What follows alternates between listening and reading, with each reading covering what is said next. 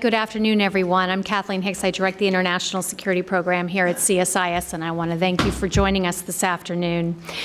Today's event is hosted by Seth Jones. Dr. Seth Jones is our Harold Brown Chair here at CSIS, and together with Seth, I have the pleasure of welcoming Muriel Domenach,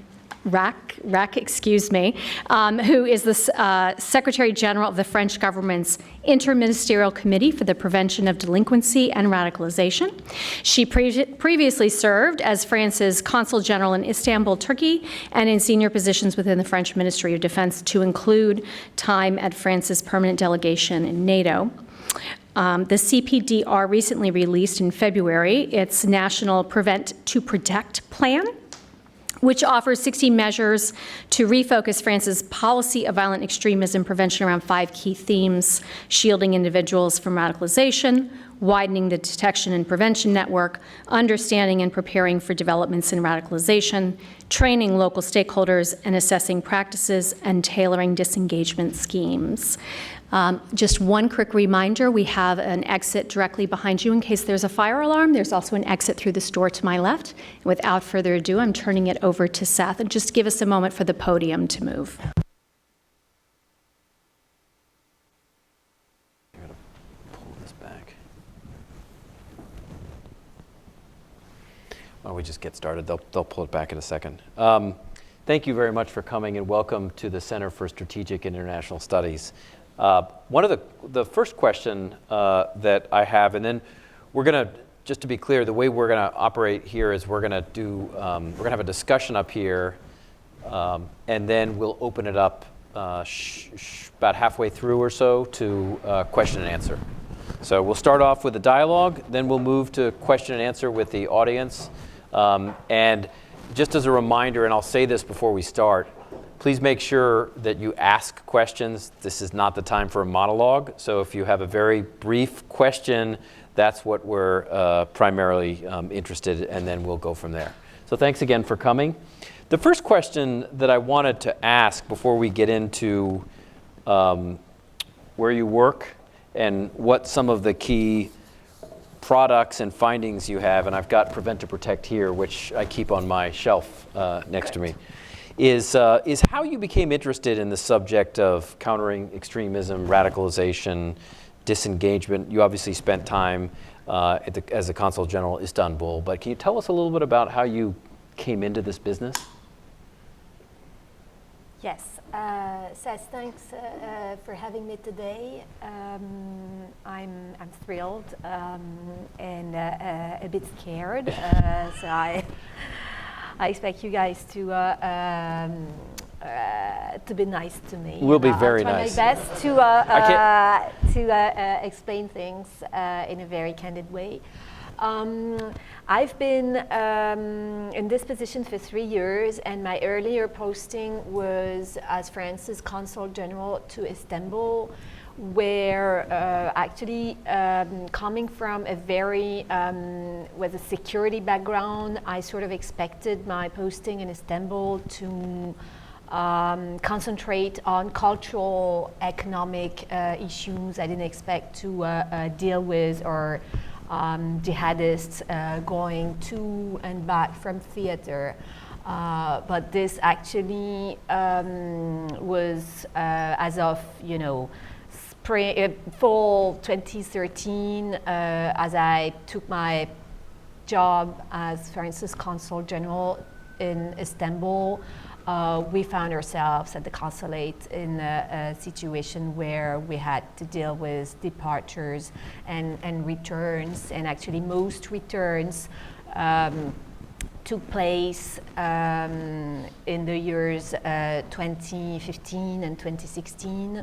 At the time when I was France's Consul General to And by Istanbul. Return, so people understand here, you're talking about returning I'm sorry, fighters. Returnees, foreign fighters that would go through Iraq and Syria through and go back through Istanbul. Actually, the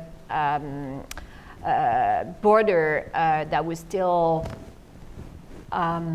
practicable to Syria with the Turkish border, and people could fly easily from Western Europe to Turkey through Atatürk airport mainly in Istanbul, and we would have departures on a daily basis, which we had a very hard time impeaching because it was not very costly to travel to Istanbul, and it only took an identity card for adults, and for minors, even passports would stand for parental authorization to travel.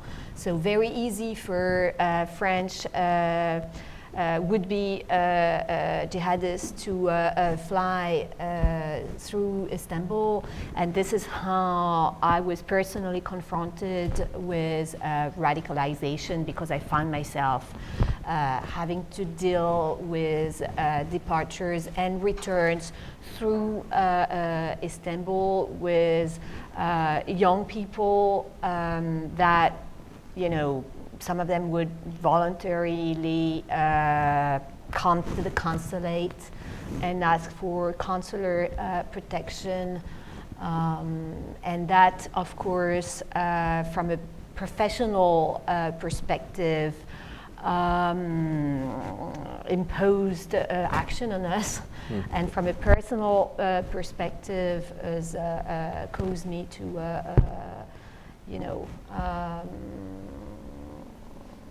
read and try and understand better, and things. And this is how I was offered this position now as France's interagency mission on the prevention of radicalization. So let me take that transition and ask you. I think it'd be helpful for people here to understand what the Inter-ministerial Committee that you oversee, what it does, what you have jurisdiction over, because we don't quite have a position along those, we probably should, but we don't have a position along those lines here. Some elements of the radicalization and countering radicalization and disengagement happen in various organizations in the US, a little bit in the Department of Homeland Security, a little bit in NCTC, a little bit in a few other places. But it'd be helpful for you to kind of describe what you do and what you oversee. Well, we do everything that's not, we work with law enforcement agencies, of course, but we do everything that's not law enforcement agencies. Everything that's not, the fight against terrorism, understood in broad terms as repression. We do the preventive part on the 3 stages of prevention, what people usually call primary prevention, to the broad audience. Then secondary prevention is to those that are considered to be vulnerable before they cross the bridge, we say. And tertiary prevention is after they've crossed the bridge, so those that are identified and convicted after they've either turned to violence or participated into a terrorist conspiracy. That's tertiary prevention, we say, also known as disengagement, and certainly not, I insist, as de-radicalization, which I believe is not workable. Well, let me get to that. I've noticed that the terminology is changing, not just in France, but in other places in Europe. I mean, we've seen a shift from the term and the concept of de-radicalization to disengagement, which has been purposeful. Can you describe what this shift has meant and what it means and why this is important? It's important to shift from de-radicalization to disengagement and prevention in terms of expectations. And probably, de-radicalization as it was understood in France, probably raised higher expectations than reasonably feasible. I'm not a social scientist, but even in social science terms, I'm not sure that you can de-radicalize individuals like it's a software. And you can reprogram individuals like you would do with a software. So in political terms, probably raised too much expectations, and practically, I'm not sure it's feasible. I think you can either prevent someone from turning to violence or disengage and reaffiliate individuals, but de-radicalize someone in the sense that you would bring this person back, like there's a reverse process. I am not convinced, and I strongly recommend it to our authorities that they should not oversell our efforts in terms of, yes, we can de-radicalize people. I know there's the French society had a lot of expectations that this will never happen again. You know, what we went through, what we lived through after the Charlie Hebdo and hyper-kosher attacks, and then the 13th of November, and then Nice, and then a number of other attacks. The plus jamais ça, never again, as we say in French, mobilized the whole of society. But I think we need to turn this mobilization into realistic expectations and operational mobilization in terms of awareness, in terms of encouraging positive counter-messaging, rather than nourishing, unrealistic expectations. So that's my point on the terminology. So how much in that sense is disengagement at least a step towards focusing on preventing people then from using violence? And that's what you can potentially work to do, is make sure you can't de-radicalize someone, but you can work and hope and create programs where at least they don't take that and turn to violence. Exactly, you can definitely, and which we did, and it's been very much a trial and error process with a lot of positive results. We believe the identification of good practices, but also some errors that we're learning from.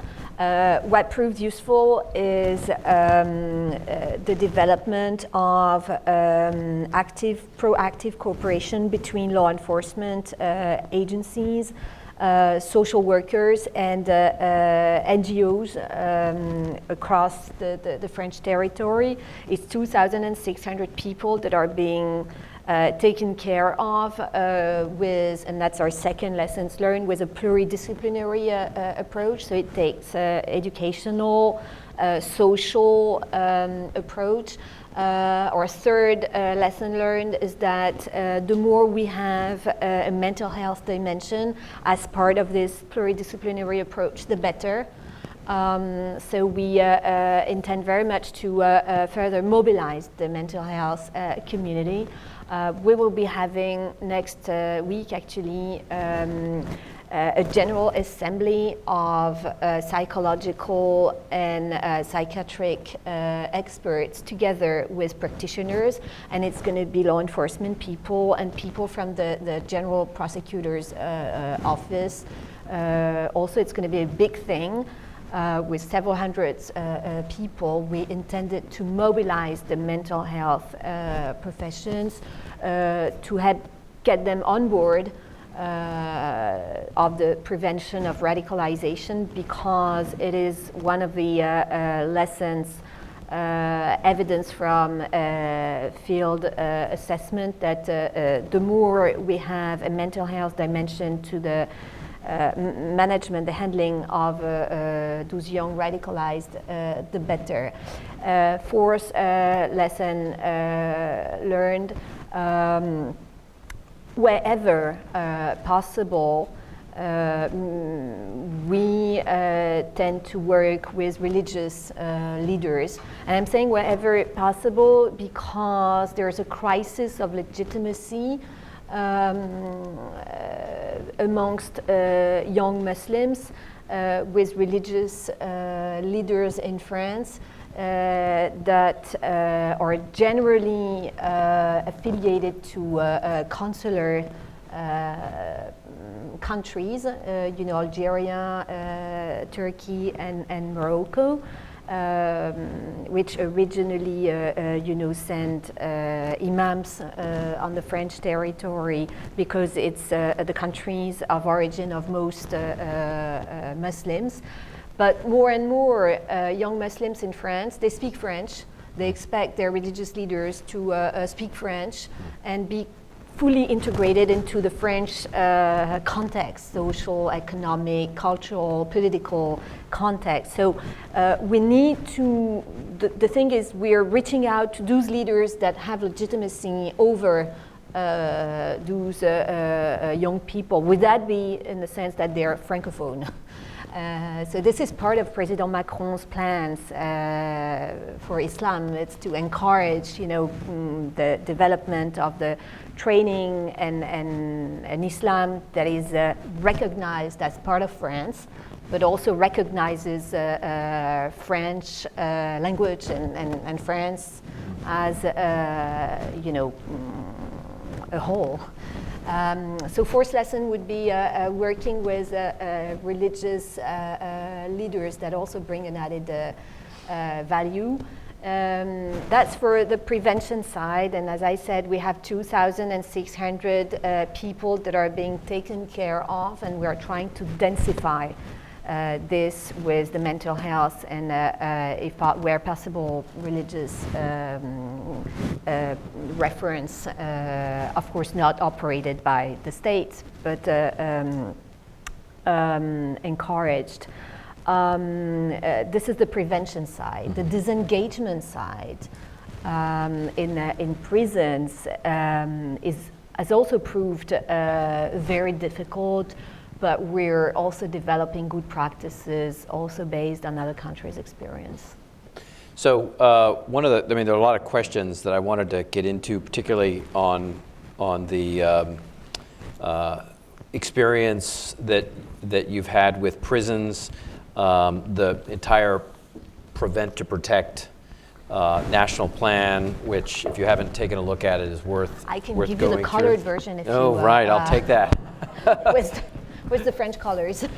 I just got my notes in this one, so. Can you just take us back a little bit? France has obviously experienced history. If you go back to the 1990s, it's got the GIA experience in Paris. It's got, more recently, we've seen an uptick in jihadist activity, starting with Charlie Hebdo, and then through the November 2015 Bataclan and the incidents there, and then in Nice and other places. Can you just talk for a second, and you touched on this briefly, but can you talk for a second what you've learned through that experience, both challenges and successes, and how you've come to your current views of disengagement?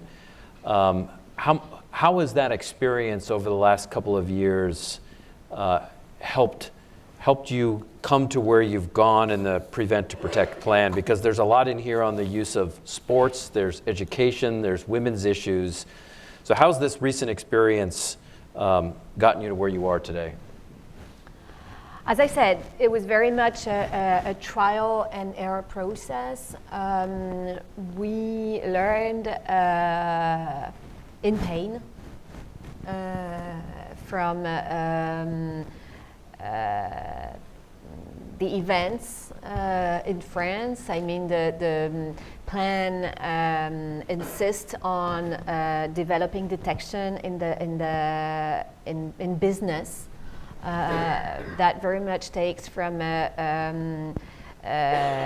one of the terrorist attacks in southeastern France, where a worker killed his boss with jihadist claims. and evidenced also by the Nice attack. It comes out that the martial arts, the combat sports is a target for radicalization. It comes out that those sports are vulnerable to jihadist propaganda, probably also vulnerable to some, men that have a feeling of ambivalence in terms of their sexual orientation. And we are targeting sports, especially those combat disciplines, as an area for prevention. We organized awareness sessions already last month, and we will be continuing. This is very much a judo attempt to turn a vulnerability into a leverage in terms of prevention. So yes, sadly we've learned from what we experimented, both in terms of the events, and also we've learned from what we tried. Like, for example, in our prisons, we had an early experience of concentrating radicalized inmates in specific quarters, and it came out that Daesh instructed an inmate in September 2016 to kill a penitentiary guard. Fortunately, it was a terrible attempt, but the guard survived. Since this, we retained the principle of separation of radicalized inmates, but with better trained guards, with better secured the prisons, and we also created more quarters for radicalized inmates across the French territory, so that those prisons around Paris are not the only ones to have radicalized inmates. So again, we've learned from our attempts, we've learned even from our mistakes, and very much in a low-key way. I think we're developing good practices, and we're happy to share them with partners and allies, which I'm doing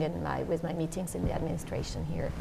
One question, and the subject is obviously of intense interest in Washington at the moment, is radicalization in groups other than religious ones. So we obviously are dealing with multiple bombs that are politically motivated this week in the United States. As I've looked at some of the radicalization in the United Kingdom, we've had attacks at Finsbury Park Mosque, we've had attacks against the Joe Cox, a member of parliament who was assassinated by a far-right extremist. So how much from your standpoint, and do you deal at all with extremism and radicalization other than just religious-based, far-right, far-left-wing, ethnic, and more broadly, how much of a concern is that in France right now? It is a concern. It's been a concern since a long time. Racism and hate speech we've always been more vigilant on hate speech and racism than a lot of our allies. In France, freedom of expression is not an absolute principle. If you say on the social media, or if you say publicly that we need to kill blacks, or if you say black people or monkeys, you can go to you can be brought to justice. There's a law for that, and we penalize racism. The more recent phenomenon that we are worried about is polarization and interaction between Islamist radicalization that remains the core threat, and sadly, I mean, again, we've had 250 people that were left dead by Islamist terrorism. But it's the connection between an interaction or possible interactions between this Islamist radicalization and other forms of radicalization, including far-right radicalization. Our internal security services are very vigilant. They arrested last summer a group called Action des Forces Opérationnelles, Operational for Action Force, whatever, that was planning an attack on so-called, radicalized Muslims in their views, assuming that government is not being, active enough to counter radicalization and terrorism. So obviously, far-right extremism takes from fears on Islamist extremism. We also are facing far-left radicalization. Remember the black blocs on 1st of May in Paris that showed violent action. We even are witnessing radicalization from vegans, from vegan groups. Butchers are being attacked in France. And part of the research, independent research by social scientists that the French government has been promoting since the Charlie Hebdo attacks, is now giving results, and I very much recommend to those of you that know French a book by Olivier Galland and Anne Muxel. It's called La Tentation Radicale, Radical Temptation, and it shows that very worrying that teenagers now have a far greater tendency to admit violence as a legitimate way to express their views than people in their 20s. It evidences that there's a higher proportion amongst teenagers for those with Muslim backgrounds to see violence as a legitimate way to defend their views on respect due to religion, for example. But it shows that there are several grounds for radicalization other than religion. And it shows also that they take a lot of their relation to the world from the social media. And that's key, of course, that they're developing, they're confusing opinions and journalism, and would identify what's been shared amongst their communities, friends, family, whatever. That would be identified with proper news by, professional journalists and everything. So obviously, we need to be working on the education to media and news literacy, as of school, and that's also part of the Prevent to Protect plan to be developing this. We are benefiting from the help of French journalists that go to high schools and explain what this is to be, what it is to be a journalist. How they work, and we even have teenagers to create their own conspiracy videos to illustrate how easy it is to trap someone into a conspiration theory. So yes, the education with respect to other forms of radicalization that are nourished by the internet and the social media is key. How do you deal with, or how are you thinking about radicalization and disengagement issues happening in Europe but outside of France? And part of the reason I ask is if you look, say, at the November 2015 attack, some of that radicalization was happening, let's say, in Belgium, outside of Brussels, in Molenbeek.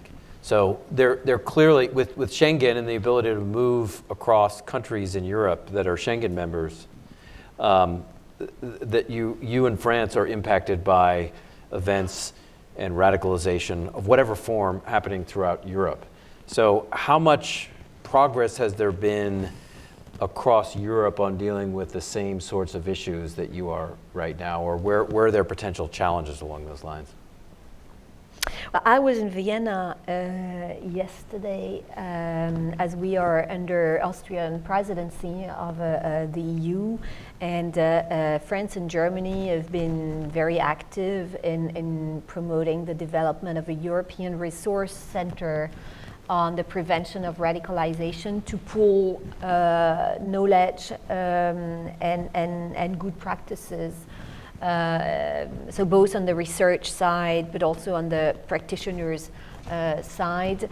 The EU developed a radicalization awareness network, RAN, which is doing good work, and we're definitely counting on them to provide insight. Same with the judo that I mentioned earlier.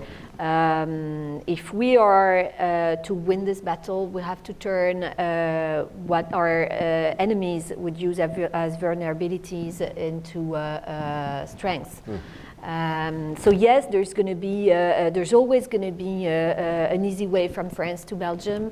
Even at the time when we had borders, people would cross the borders quite easily. I mean, Hitler did it easily.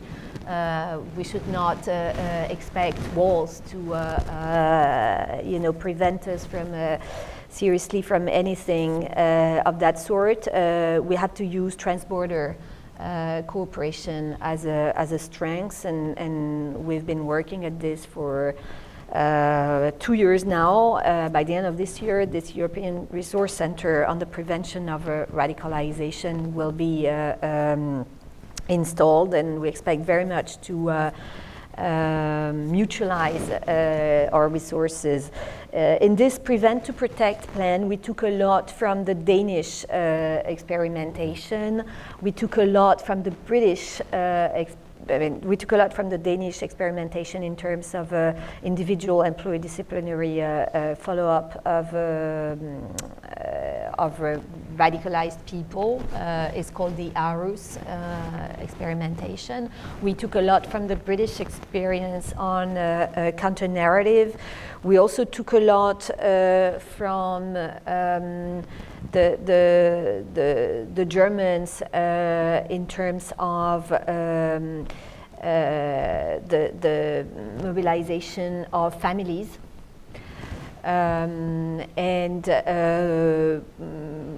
We are interested in using the Belgian experimentation in terms of using artists or people that are vocal on the public scene and identify themselves as Muslims as part of the counter messaging. And because the Belgians and us, we share the same language, we're definitely interested in what they're doing. Well, I'd like to open it up to questions, and I also want to thank Danica and Max and Clayton and Nick for their help in arranging all of this. So we have microphones. If you could raise your hand and then note who you are, and then remember, just keep it to a question. Back here. Okay, I'll open it up. My name's Dave Norman. I work for the United States Department of Defense, and I was wondering, what is France looking for in a partnership with the United States? So the question is from someone from the Department of Defense. You can talk a little about U.S.-French cooperation. It's a bit awkward as I'm still expecting to meet other people in the administration today. So it might be early to go public on what we've been discussing so far and what we will be discussing later on today. Briefly, I think we, the French, are very interested in the national strategy that was issued earlier this month. Of which you're very familiar with. So we are very interested in its implementation. We see every benefit in having further mobilization here in this country on the preventive part of things. While, of course, I'm not saying that technical and physical dimensions are nothing, quite to the contrary. But of course, we're interested in the development of the more preventive response, especially where our countries are facing the development of a more endogenous, is that an English word? Mm-hmm. Threat, and we're happy to share our experience with our American allies. So we've identified concrete areas for cooperation so far, and we will continue to do so. Also, France and the US have common interest in helping third countries to develop their own, prevention of radicalization mechanisms in areas of common interest, and obviously we'll be discussing this as well. So one issue I know that's been of interest in the US and that's been an interest in France and an interest in other locations, including across Europe, is the issue of returnees, particularly family members, children and wives of fighters, even if the fighters are either dead or stuck in SDF prison facilities in countries like Syria. How are you thinking about dealing with the returnees into France right now, because they do, they pose a mid to long term challenge there's a prevention side of this that I think is quite important. Of course. Let me tell you directly, having been confronted with a great deal of those returnees, which of course caused me to be appointed in this position. I don't think we should take it lightly, They're not they're not just people that made a mistake and or on vacation somewhere. Right. I think we should take this very seriously, and we have 261, I guess, that came back. We are working hard on, most are under judicial control and jailed. It's a huge challenge for us to be conducting, a proper management of those people in prison with, as I said, a separation from other inmates so that they don't exercise proselytism, on the rest of the inmates. So the numbers, as far as we are concerned, are such that we are working on those that are here, but will certainly not encourage their repatriation. We believe they should be judged on theater. We are considering a reflection on a case-by-case approach for child returnees. I myself am not in charge of the external side of things. I'm more in charge of the interagency protocol to take care of those children who are both victims but over time could prove dangerous. So we have to consider them as both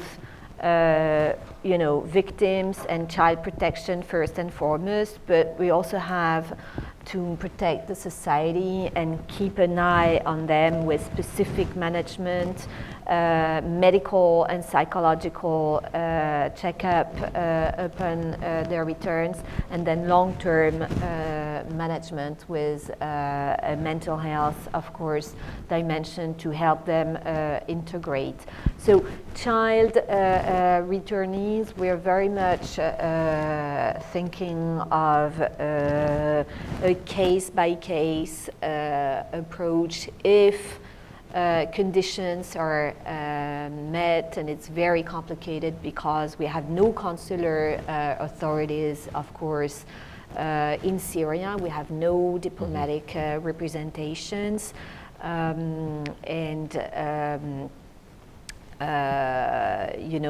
if for some of those, the minors that whose parents managed to present them to consular authorities, we managed to repatriate them, but we have to think ahead of what could be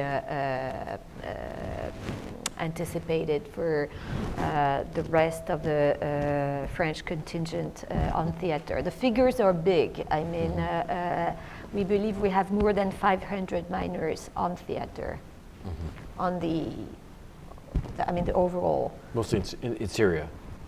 Mostly in Syria. Okay. Okay. Other questions? Right here. Hi, my name is Natalie Hicks. I do research on community contacts in these de-radicalization programs.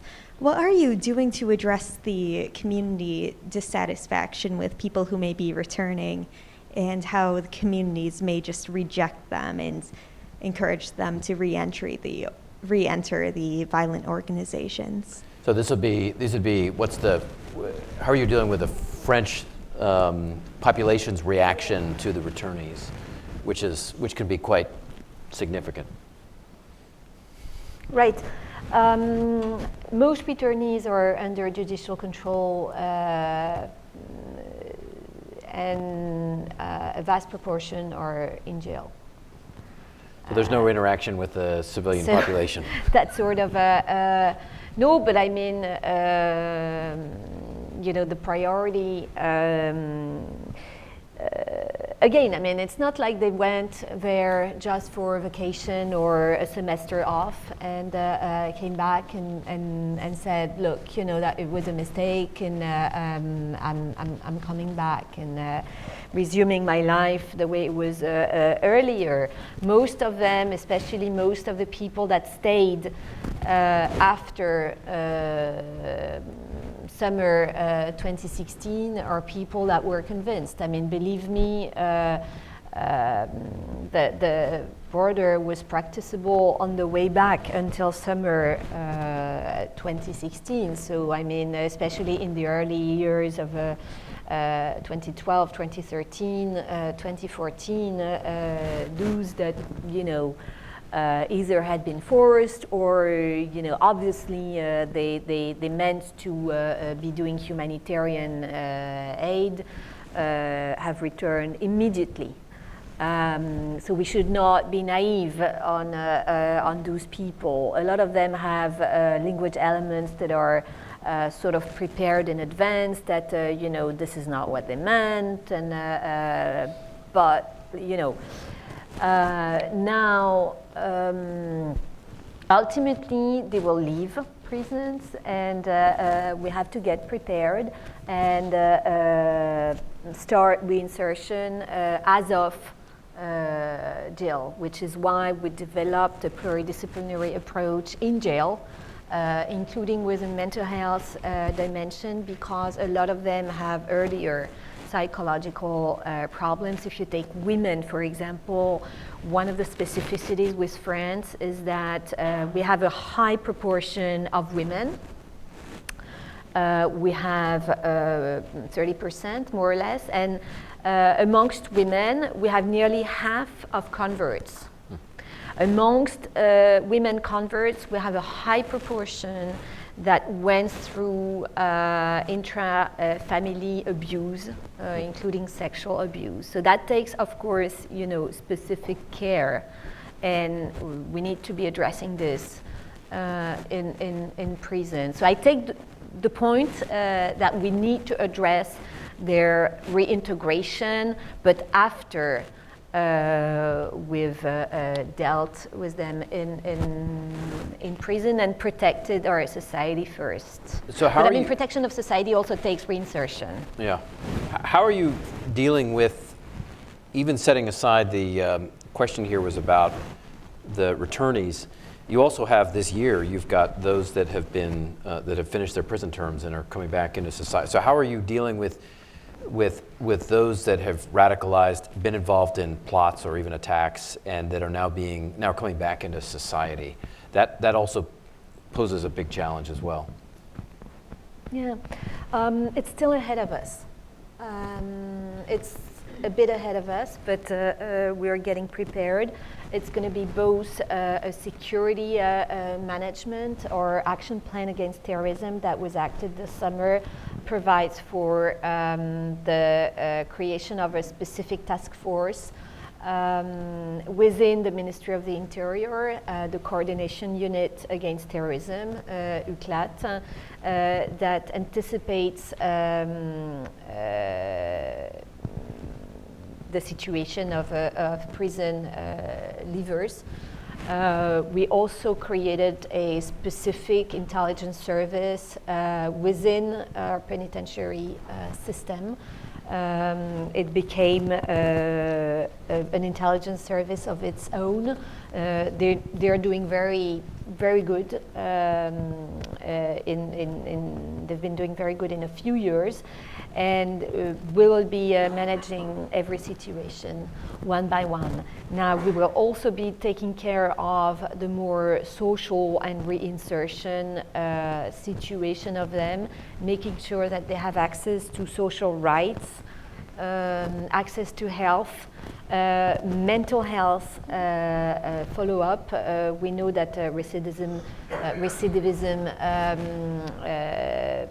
specifically occurs in the 6 months after one has left prison, so we'll be specifically vigilant, and of course we'll do our best to mobilize professional reinsertion experts in support of this specific mechanism. A bit ahead of us still, but a priority, of course. Okay, other questions? Right here. Wait, can you hold up for a second, just for the... Peter Slort, Netherlands Embassy. You explained why you don't want to use the word de-radicalization, and I fully agree with you that that is, basically impossible. And now you talk about disengagement. But is there any way that you can measure your result? Because with changing, the method, you can again maybe raise expectations that you can't fulfill. I think we'd rather lower expectations. Very hard to say. Actually, probably the Netherlands is a good example of a prevention system that developed early enough to actively prevent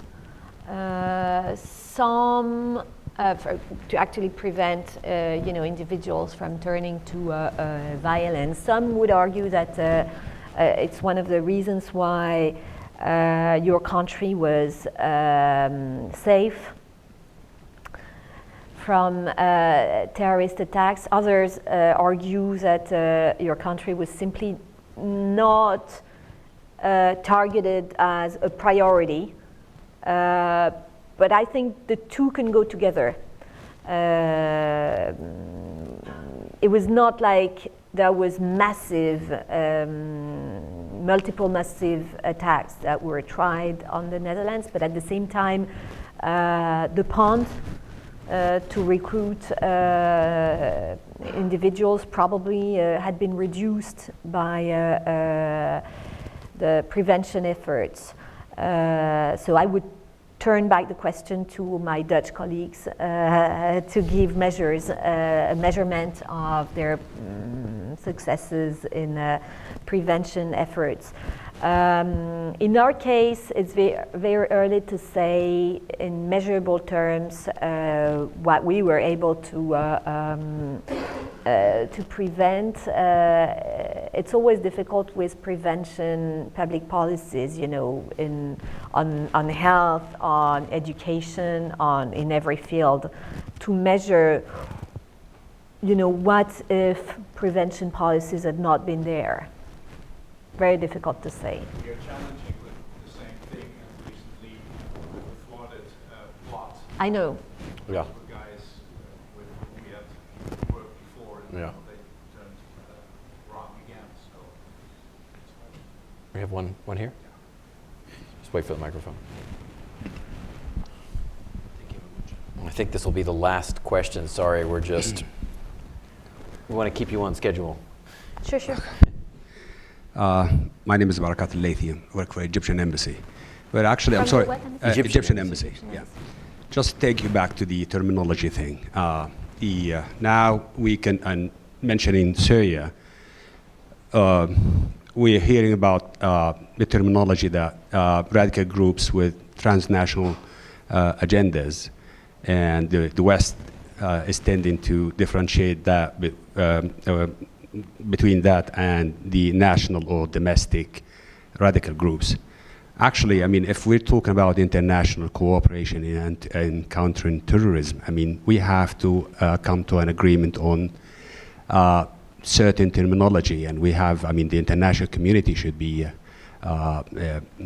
accepting all these terminology.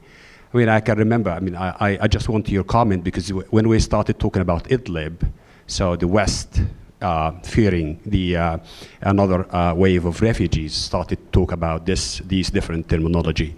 And I can remember in the 80s, we had this problem because the West started to receive the Arab Afghanis or the terrorists from the Middle East. And I think this is partly the problem that the Europeans are suffering from, because this is the generation that created this wave of terrorists in Europe these days. Thank you very much. So just to be clear, what's the question? The question is, Why are we differentiating between transnational groups with the transnational agendas and with the domestic groups or regional groups? This is the problem. Thank you. I'm not sure I really get it, where you're heading at.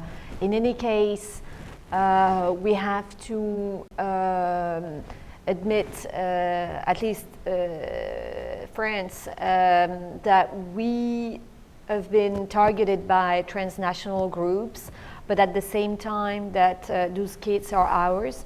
It's homegrown terrorism. You know, they're our kids. It's our society. It's our country. We have to. We are the actors of our own survival, and it's us as a whole of society that have to develop a prevention approach. Not pretend that this is only coming from outside. This is interacting with our society issues, and we have to mobilize the whole of society into a preventive approach. Believe me, during my time in Istanbul, it really struck me how much those kids were French. I mean, most would come to the consulate and complain about the food there, which is the Frenchest thing to say. You know, it's the French abroad would always say the food is terrible and nobody speaks French. And that was basically what they came with, you know, no, we're coming back, you know, the food was terrible and nobody spoke French. So this is to say how much French they were. Which does not mean that they were not dangerous. And it's the whole thing about radicalization, is that we have to think in en même temps, in at the same time sort of terms, that, you know, radicalization points out that victims can also be dangerous. That those that can be discriminated against can also be dangerous.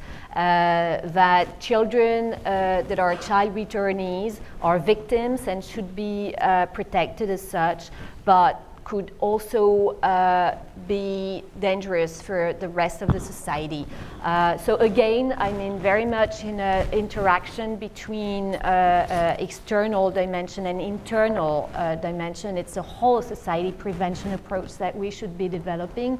Also with those as part of our civil society that identify themselves as Muslims. And I know there's a lot of thinking that, you know, of course, the French, we're so sorry for them and we pity them, but at the same time, so complicated with their secularism. I know that there's a lot of prejudice on French secularism, and I really want to float that this is a bit passé. I mean, you know, French, for those of you that know French, for example, I would strongly recommend reading like this book by a Muslim sexologist. She's covered, she's feminist, she's Muslim, she's 100% French, and she's really becoming someone interesting. So for those of you that are French speaking, I think it's of interest. Great. Well, we'll add it to the reading list. My list is already quite no, large. Because I was reading this, actually we just met, and I was reading this in the plane, and I thought it's worth showing. Great. Well, I'm a big fan of the Revolutionary War in the United States, and Americans sometimes tend to forget that it was actually the French that saved the United States in its earlier days against the British, with the French Navy coming just south of here in Southern Virginia. So the roots run deep between the French and the Americans all the way back to the Revolution. So thank you for coming. Thanks for sharing your insights on de-radicalization, disengagement. Thank you. And please come back. Thank you.